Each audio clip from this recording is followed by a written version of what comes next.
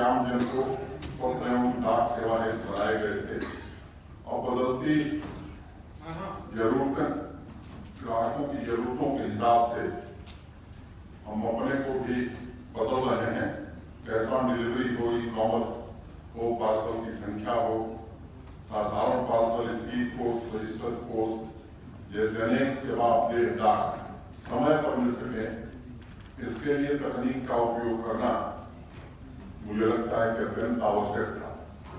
Delivery की सूचना real time basis पर मिले, ये देश के उपभोक्ता महसूस कर रहे थे और इस दिशा में पिछले वर्ष से हम प्रयत्न कर रहे थे। पायलट बेसिस पर कुछ स्थानों पर इस प्रयोग को हमने आजमाया और वो प्रयोग पूरी तरह से सफल रहा। देश के कई हिस्सों में, झारखंड में भी एक स्थान पर पायलट के रूप में इस काम को किया गया है और इससे निश्चित रूप से सफलता मिली है। तब जाकर के 610 हमारे डाककर्मी, हमारे इस विभाग में काम करने वाले भाई प्रशिक्षित होकर के इस सेवा को झारखंड के विभिन्न स्थानों तक पहुंचाने में निश्चित रूप से सफल होंगे।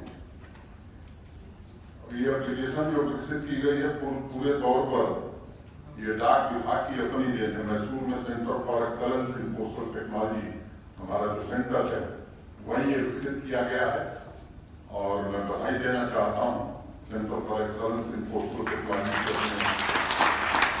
सभी अधिकारियों और कर्मचारियों को जिन्होंने इस ऐप को विकसित किया है।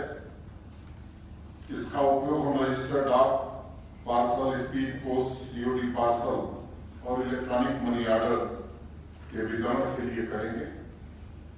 रियल टाइम बेसिस पर जानकारी भी मिल सकेगी।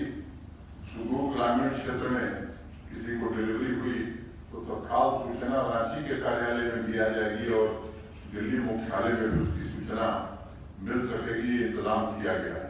जैसा चीफ पोस्ट मास्टर जनरल ने बताया, पहले से ट्रैक एंड ट्रेस की व्यवस्था भारतीय डाक ने लागू की थी और उस दिशा में एक और कदम हमने बढ़ाया है। डिलीवरी की सूचना इंटरनेट के माध्यम से उसी समय अपडेट हो जाया करेगी। तो एक उपभोक्ताओं के लिए नए आकर्षण का केंद्र मैं कह सकता हूं कि एप्लीकेशन आने वाले दिनों में